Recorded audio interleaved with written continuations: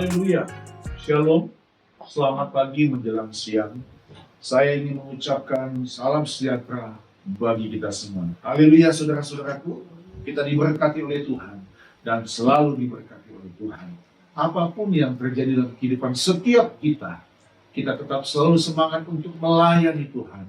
Karena tidak ada hal yang lebih indah selain kita bisa melayani Tuhan. Saudara, hari ini Minggu tanggal 9 Maret tahun 2025. Puji Tuhan, saudara-saudaraku, saya ingin menyampaikan kebenaran firman Tuhan tentang hati yang lemah lembut.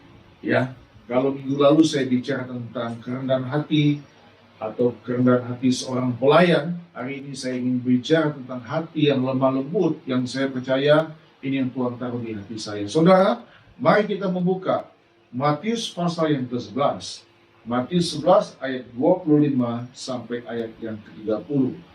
Dalam Injil Matius pasal 11 ayat 25 sampai ayat 30. Bapak Ibu, saudara-saudaraku yang terkasih dalam nama Tuhan Yesus Kristus, ya, kita seharusnya dapat melihat bahwa kebenaran firman Tuhan itu selalu jadi satu jawaban bagi hidup kita. Saya tidak habis pikir kalau orang-orang Kristen, orang-orang yang percaya sudah di dalam Tuhan, mencari jalan di luar apa kata firman Tuhan. Seharusnya, idealnya, sejatinya, seorang anak Tuhan yang hidup takut sungguh-sungguh di dalam Tuhan. Setiap kali ada ujian datang, setiap kali ada persoalan datang dalam kehidupan dia, dia bawa itu semua dalam tangan Tuhan. Dia berdoa kepada Tuhan. Dia berkontak dengan Tuhan, terhubung dengan Tuhan. Ya, ada masalah atau tidak ada masalah, ada persoalan atau tidak ada persoalan dalam hidup ini, saudara-saudaraku. Ya, ada berkat atau tidak ada berkat dalam hidup ini, kita tetap selalu melihat firman Tuhan, kekuatan dalam setiap hidup kita. Amin. Tadi kita nyanyi lagu yang berkata firman-Mu, ya, firman-Mu berkata Kau besar. Wow, luar biasa. Nah, hari ini saudara-saudaraku, kita lihat ayat-ayat yang terkenal di sini yang kita akan pelajari, kita akan renungkan, satu menjadi rema dalam setiap kehidupan kita. Ajakan juru selamat dalam Matius pasal yang ke-11 ayat 25 sampai ayat 30, Lembaga Alkitab Indonesia kasih judul Ajakan Juru Selamat. Apa ajakan itu kita akan baca, kita lihat. Pada waktu itu berkatalah Yesus, Aku bersyukur kepadamu Bapa, Tuhan langit dan bumi, karena semuanya itu Engkau sembunyikan bagi orang bijak dan orang pandai, tetapi Engkau nyatakan kepada orang kecil. Ya Bapa, itulah yang berkenan kepadamu. Semua telah diserahkan kepadaku oleh Bapakku, dan tidak seorang pun mengenal anak selain Bapa, dan tidak seorang pun mengenal Bapa selain anak, dan orang yang kepadanya anak itu berkenan menyatakannya. Saudara, lihat ayat 25 sampai 28 sampai 30. Karena ini akan menjadi pembahasan kita pada hari ini. Marilah kepadaku semua yang letih lesu dan berbeban berat, Aku akan memberi kelegaan kepadamu. Katakan amin, saudaraku. Pikulah kuk yang kupasang dan belajarlah padaku, karena aku lemah lembut dan rendah hati, dan jiwamu akan mendapat ketenangan. Sebab kuk yang kupasang itu enak dan bebanku pun ringan. Haleluya, saudara-saudaraku. Saudara, salah satu ajakan Tuhan Yesus yang sangat terkenal ditulis dalam Injil Matius. Pasal 11 ini, khususnya di ayat 28 sampai ayat 30. Dan saya percaya ayat-ayat ini kebanyakan orang Kristen hafal di luar kepala. Namun, dalam praktik kehidupan kita sehari-hari, seringkali, yang tadi di awal saya katakan, kalau Tuhan bilang, marilah kepadaku semua yang letih lesu dan beban berat, apakah kita mempraktikkan ini dalam hidup kita? Apakah kita mau datang kepada Tuhan saat kita sedang letih lesu dan berbeban berat? Saat kita tidak mengalami kelegaan. Bapak Ibu, ini memang hal yang luar biasa. Saya percaya Yesus datang bukan membawa agama, tapi Yesus datang membawa satu pengajaran bagaimana sikap hati kita, pandangan rohani kita untuk melihat Dia secara pribadi.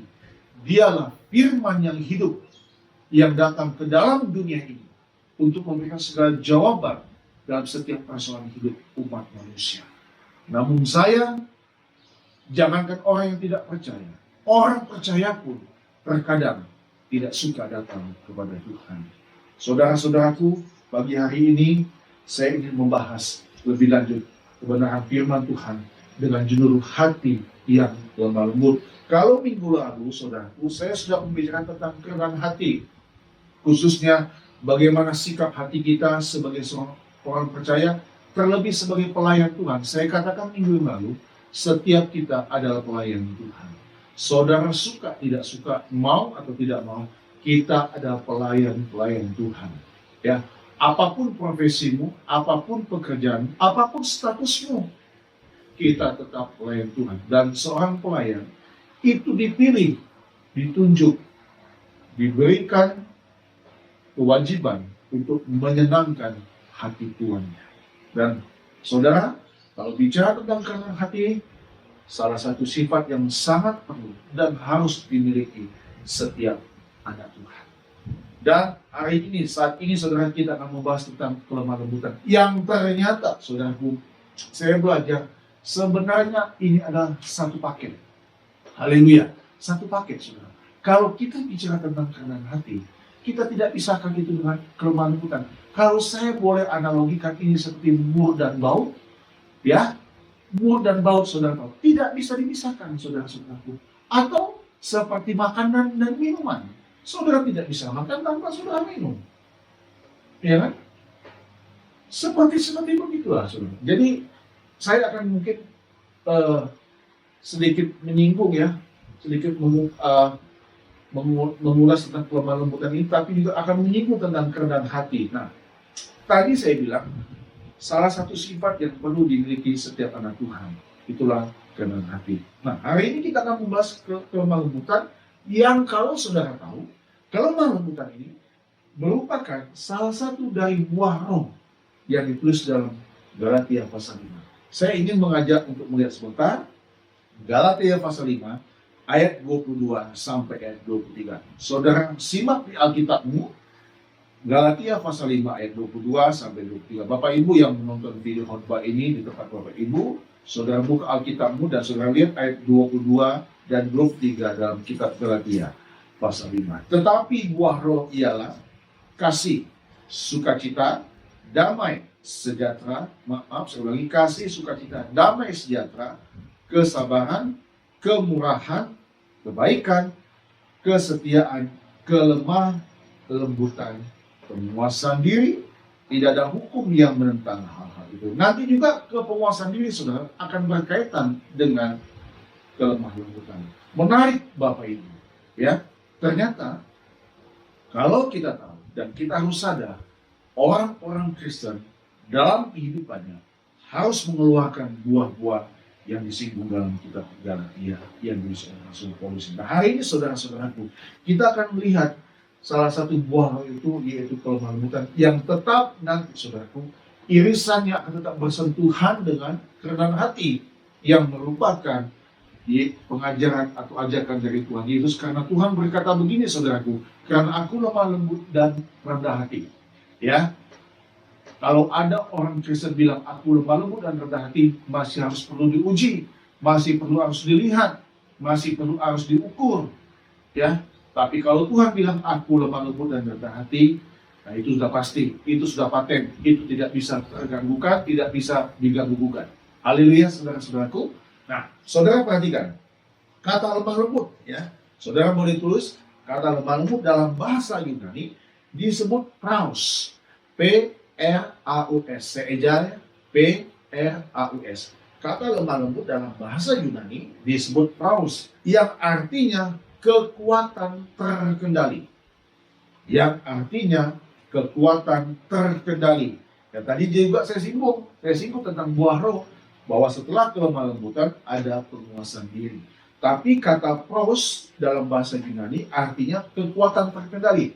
Nah, yang menarik, saudaraku, kata praus ini juga ternyata menjadi salah satu istilah dalam dunia militer, khususnya pada zaman waktu itu, ya, istilah militer untuk menyebut kuda perang. Untuk menyebut kuda perang. Saudara, salah satu ciri dari kekuatan militer sebuah kerajaan, dia memiliki kuda-kuda ya yang siap untuk maju berperang. Dalam pengertian kekuatan terkendali, artinya saudara-saudaraku, kekuatan terkendali ini tentu yang mengendalikannya tentu ada manusianya, tentu ada penunggangnya yang mengendalikan. Karena kata paus ini menjadi istilah militer untuk menyebut kuda perang, artinya kuda ini spesial untuk dipakai dalam pertempuran, ya, dalam peperangan. Nah, saudara, jadi kita lihat, perhatikan, kelemah lembutan yang disebut dalam bahasa Yunani sebagai pros itu kekuatan terkendali. Nah, saya lebih jauh akan menjelaskan lemah lembut sendiri sebelum kita masuk dalam beberapa poin penting tentang ajakan Tuhan, ajakan Juru Selamat ini. Kata lemah lembut sendiri sudah memiliki beberapa arti. Ada banyak artinya. Ada 3 yang saya catat sini. Yang pertama, lemah lembut artinya antara lain bersedia menerima keterbatasan dan kesulitan. Bersedia menerima keterbatasan dan kesulitan. Yang kedua, tidak melampiaskan kemarahan atau kejengkelan kepada orang lain. Nah, ini saudara-saudaraku. Yang ketiga, menunjukkan rasa syukur atas perlakuan sesederhana apapun dan lain sebagainya. Saudara perhatikan, untuk yang pertama, bersedia menerima keterbatasan dan kesulitan. Memang ini tidak mudah, saudara-saudara. Tapi orang percaya, ya, waktu diperhadapkan dengan satu keadaan situasi di mana dia mengalami satu keadaan yang sangat berat dalam hidup dia, rasa-rasa dia tidak mampu, dia terbatas, dia sulit untuk menghadapi itu semua, maka kita minta kepada Tuhan agar kiranya yang keluar dari hidup kita adalah buah roh yang bernama kelemah lembutan. Karena arti dari lemah lembut artinya bersedia menerima keterbatasan dan kesulitan. Kalau saya juga mau melebar sedikit, ini artinya saudara, kita bersedia juga lalu menerima keterbatasan dan kesulitan orang lain. Tentu ini tidak mudah. Saya selalu bilang hubungan antara sesama manusia, ya, pertikaian, konflik, perseteruan, perselisihan itu bisa saja terjadi. Tidak tertutup dengan siapapun juga, termasuk orang-orang percaya, bahkan termasuk pelayan-pelayan Tuhan, bahkan termasuk para pendeta sekalipun. Tetapi arti lemah lembut pada hari ini mengajar kita bersedia menerima keterbatasan dan kesulitan. Baik bersedia menerima keterbatasan kesulitan kita sendiri maupun memahami, menerima keterbatasan dan kesulitan orang lain. Itulah kekuatan terkendali. Haleluya. Nah, kemudian arti yang kedua tadi, ini saya mau masuk poin-poinnya saudaraku, karena kita akan lihat hati yang lemah lembut itu apa yang akan kita pelajari kalau kita punya hati yang lemah lembut. Ini baru pengertiannya, artinya saja ya. Yang kedua, tidak melampiaskan kejengkelan atau bahkan kemarahan kepada orang lain. Nah, ini seringkali saudara-saudaraku kita suka jadi kambing hitam. Orang yang lemah lembut itu tidak akan melampiaskan kemarahan itu pada siapapun juga. Kalau itu bukan dari dia, tidak serta-merta dia lampiaskan itu kepada orang lain. Dia belajar untuk bersikap terbuka di hadapan Tuhan, jujur di hadapan Tuhan. Nah, seringkali kita begitu. Mari sama-sama saudara-saudaraku, kita tidak melampiaskan semua itu kepada orang lain. Maka kita perlu selalu, setiap hari, mengecek keadaan diri kita. Kalau saya boleh bahasakan dalam dunia medis, kita menensi diri kita. Memberikan tensi. Suhu normal manusia ini kan 36 dan 37 derajat Celcius. Betul nggak? Ya, di atas itu, kalau dia udah di atas itu, biasanya dia panas dingin. Ya, demam. Ya kan? Ada sesuatu. Nah, ada alat pengukurnya. Alat pengukur setiap karakter kita, tentu kebenaran firman Tuhan, ya kan? Karena saya tadi katakan firman Tuhan selalu jawaban dalam setiap hidup kita.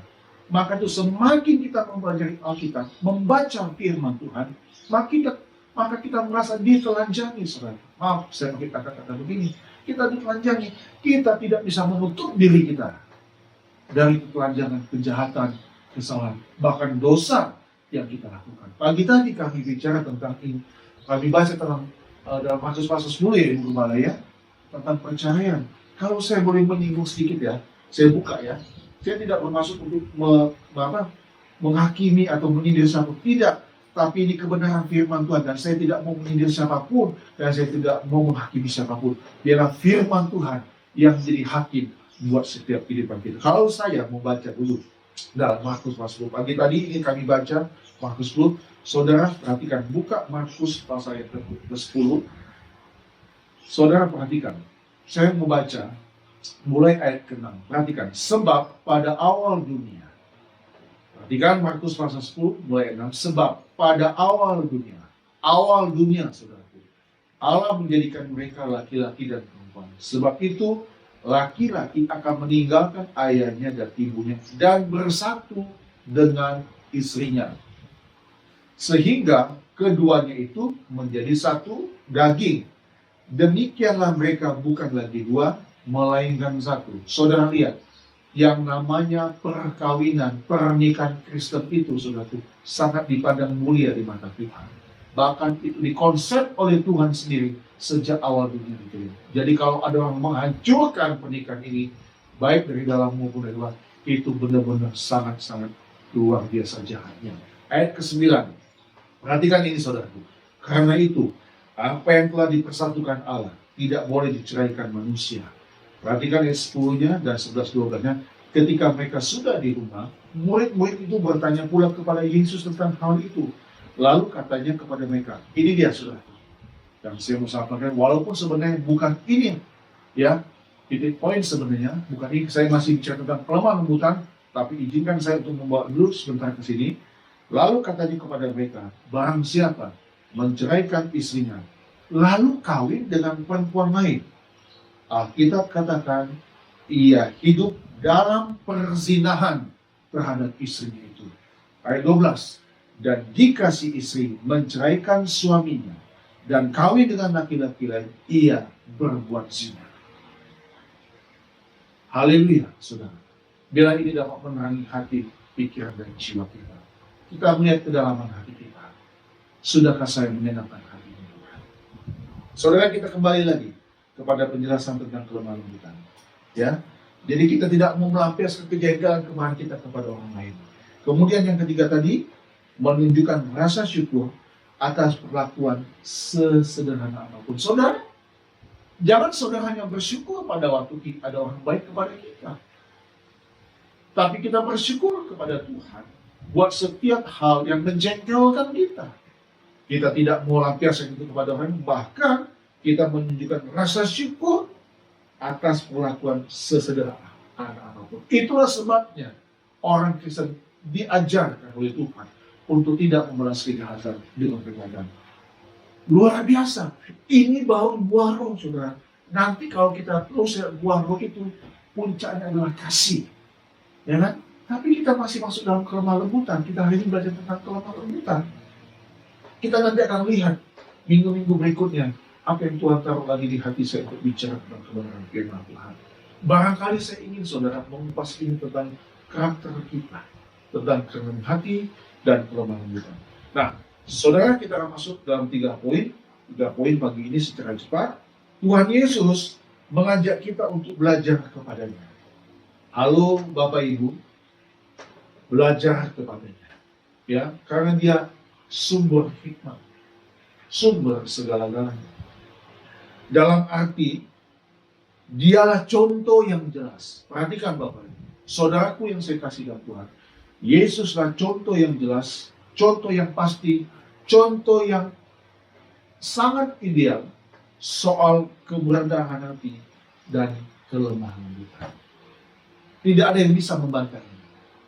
Dia dipuji, dia dihina, dia dibully, dia disepelekan. Perlakuannya tidak baik dia alami. Tadi kan sudah kita lihat. dia tetap menunjukkan rasa syukur. Inilah ciri-ciri orang yang sangat rendah hati dan lemah lembut. Saya sudah singgung tadi, mau tidak mau, saya harus juga sini beban rendah hati. Minggu lalu saya sudah sampaikan, pelayan yang sejati, pelayan yang rendah hati. Nah, hari ini sudah 3 hal. Ya, 3 hal yang saya akan bagikan buat kita semua. Kalau kita belajar tentang kelemah lembutan, maka kita akan ketemu dengan 3 hal. Kalau hati kita lemah lembut dan kita minta kepada Tuhan, Roh Kudus berikan aku hati yang rendah, hati yang lemah lembut, maka 3 hal yang kita akan alami. Mari kita lihat bersama kembali Matius 11 ayat yang ke-29. Saudara perhatikan, lebih baik saya baca dulu ayat 28-nya lagi. Marilah kepadaku semua yang letih lesu dan berbeban berat, aku akan memberi kelegaan kepadamu. Ayat 29, pikulah kuk yang kupasang. Jadi saudara, pikulah kuk yang kupasang. Jadi kuk itu kan beban. Jadi yang memberikan beban itu bukan siapa-siapa, tapi Tuhan. Tentu di balik Tuhan memberikan beban ini, ada maksudnya Tuhan. Hari ini renungan yang saya bagikan di grup WA Religion itu tentang indah pada waktunya. Ya, ada contoh tentang jarum, saudara-saudara. Jarum ini kan tajam di ujungnya. Dia ingin menyambung setiap kain yang setelah dibuat pola itu dia menyambungkan benang. Itu sangat sakit. Kalau benang itu gambaran manusia itu masuk dalam ujian seperti jarum, sakit rasanya. Tapi nanti lihat hasil akhirnya. Wow, saudara, berapa kali saya nonton di YouTube, ya, saya lihat tentang bagaimana pembuatan jas yang full jas full, saudara, bukan blazer, bukan desain jas, tapi jas yang full. Bagaimana ada orang datang ke satu tailor, ya, penjahit membuat jas, diukur dulu, tentu diukur dulu, kemudian si penjahit ini saudara membuat yang namanya pola. Setelah pola itu digunting, baru kemudian diambil kain untuk diukur, untuk dibuat seperti pola itu. Nah, setelah itu digunting. Nah, bagian yang setelah digunting itu kemudian disambung-sambung. Dan ada bagian yang harus dibuang.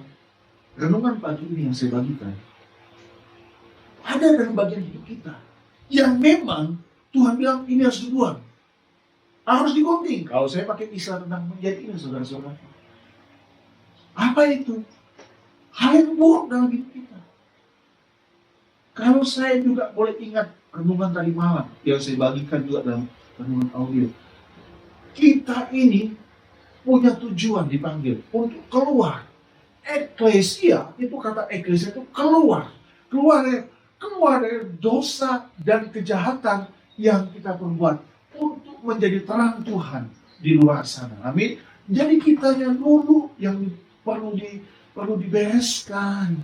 Dan hari ini, saudara-saudara, kelemah lembutan. Bagaimana supaya kita mengalami ini? Kita harus dibereskan lebih dahulu. Sehingga waktu kita punya hati yang lemah lembut, Alkitab berkata ayat 29, aku lemah lembut, ya, pikulah kuk yang kupasang dan belajarlah kepadaku. Belajar, saudara.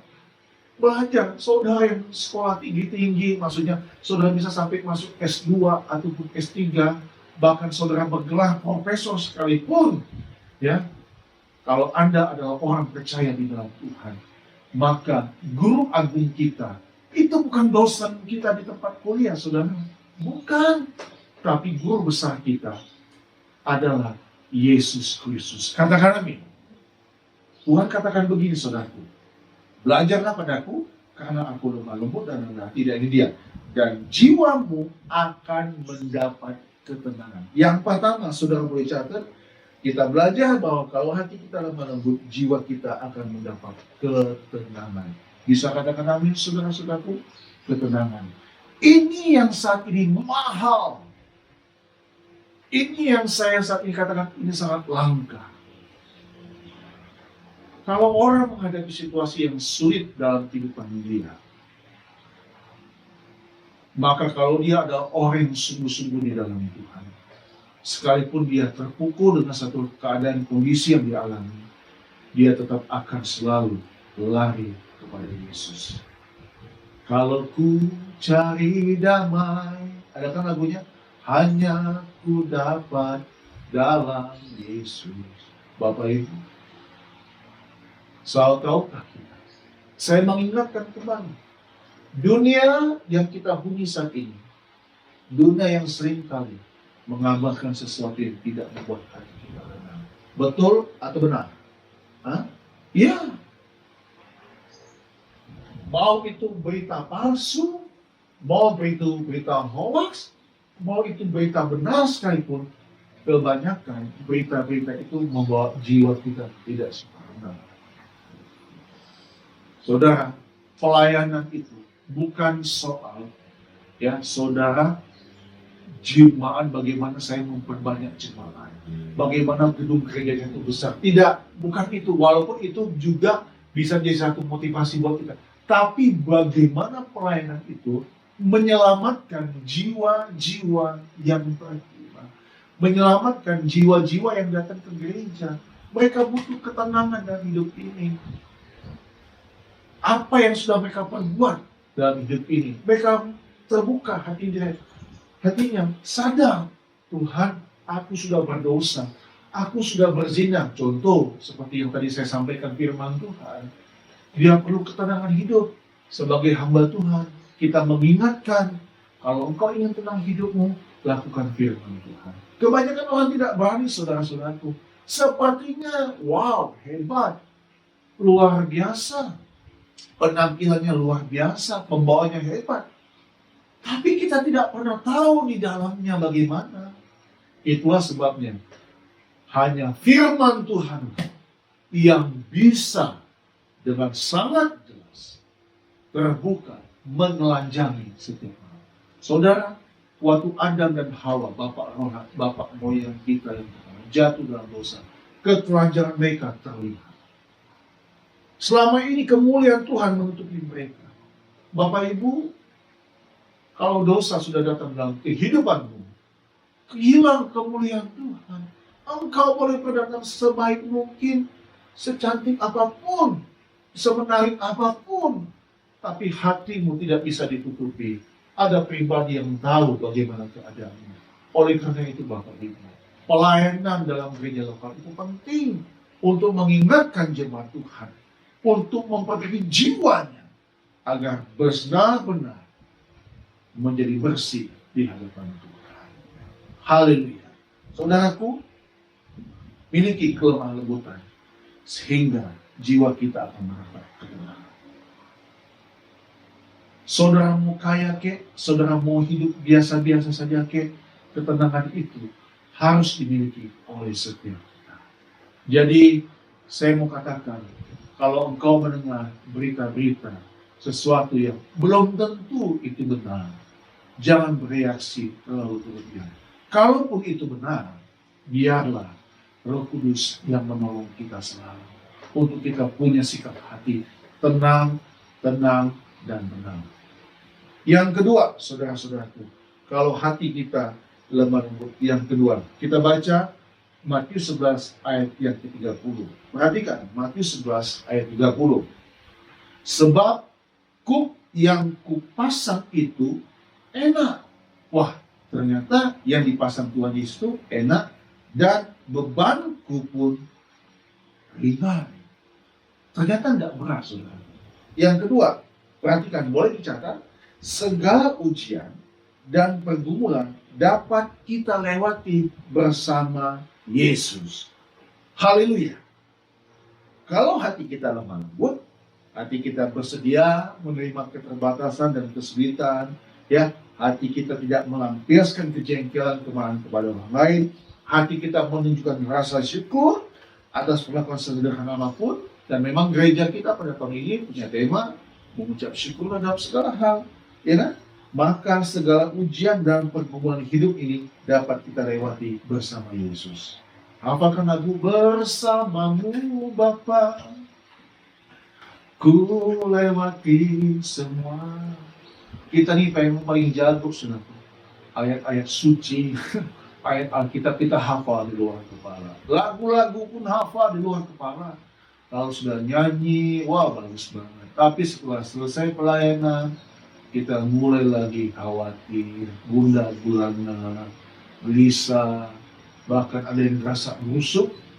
Nggak ada ketenangan dalam hidup ini. Termasuk saya juga, saudara-saudara. Jujur saya mau katakan, saya masih manusia, tapi saya mohon kepada Tuhan agar apa yang saya sampaikan pada hari ini hidup dalam kehidupan saya, dan ini menjadi berkat bagi Bapak Ibu semua. Sehingga jiwa kita tenang. Yang pertama tadi, jiwa kita akan mendapat ketenangan, dan yang kedua, segala ujian dan pertemuan dapat kita lewati bersama Yesus. Haleluya. Yang ketiga, yang terakhir, saudara. Kalau ini saya ingin kita membuka Matius pasal yang kelima. Matius 5 ayat yang kelima. Perhatikan khotbah Yesus di bukit dalam Matius 5 ayat 5. Berbahagialah orang yang lemah lembut, karena mereka akan memiliki bumi. Katakan amin.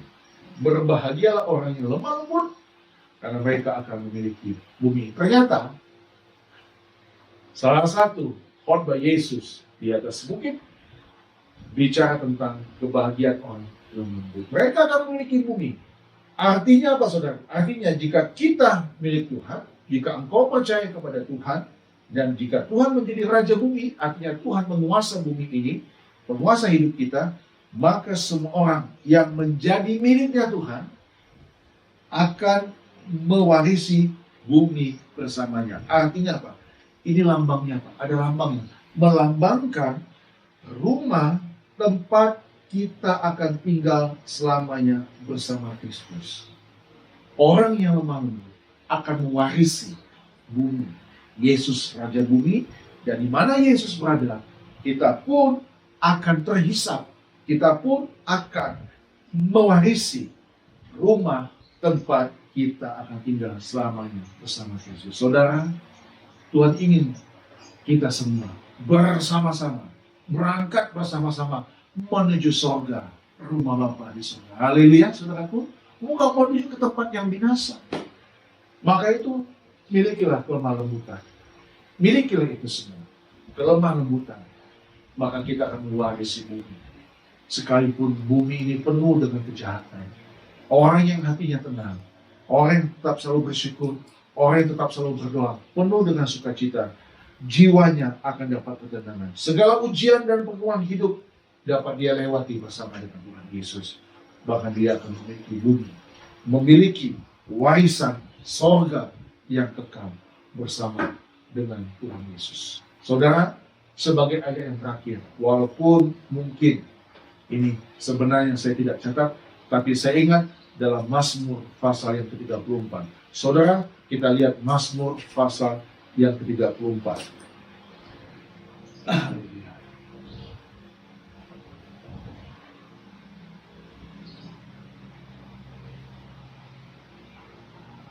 Saudara buka bersama Mazmur pasal yang ke-34.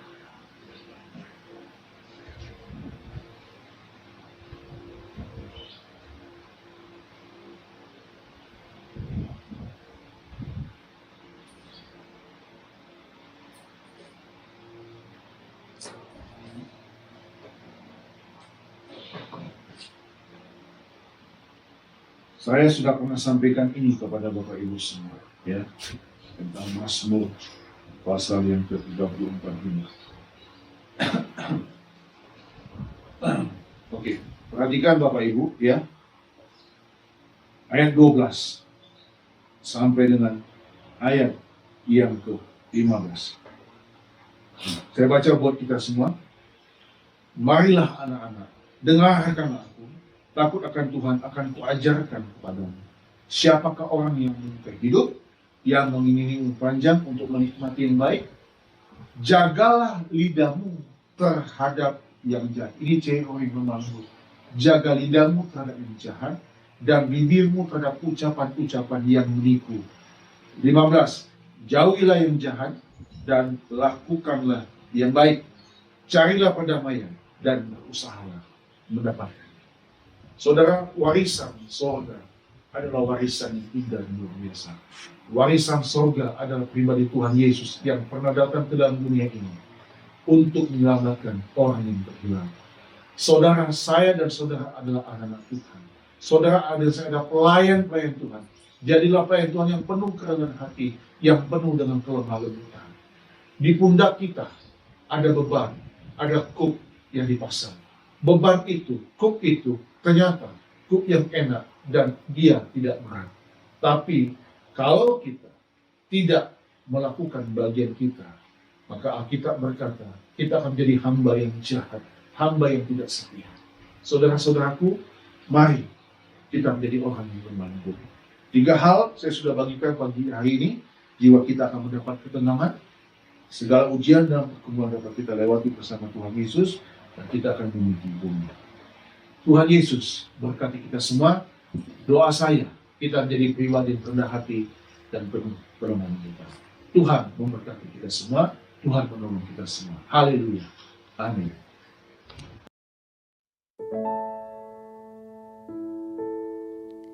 Ku mau cinta Yesus selamanya. Ku mau cinta Yesus selamanya. Meskipun badai silih berganti dalam hidupku, ku tetap cinta Yesus selamanya. Ya Aba, Bapa, ini aku anakmu, layakkanlah seluruh hidupku. Ya Aba, Bapa, ini aku anakmu, pakailah sesuai dengan rencanamu.